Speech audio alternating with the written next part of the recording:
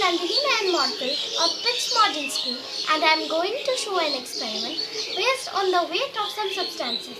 Let's see what materials are required.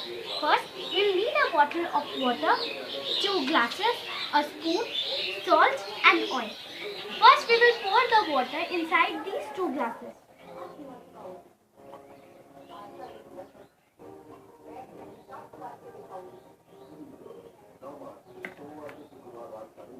Now we will add salt in one glass and oil in the other.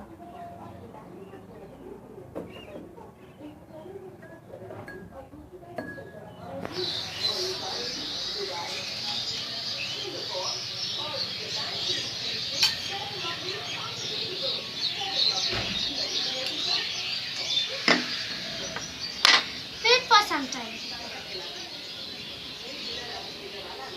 Now you can see that salt has dissolved and oil has formed a layer.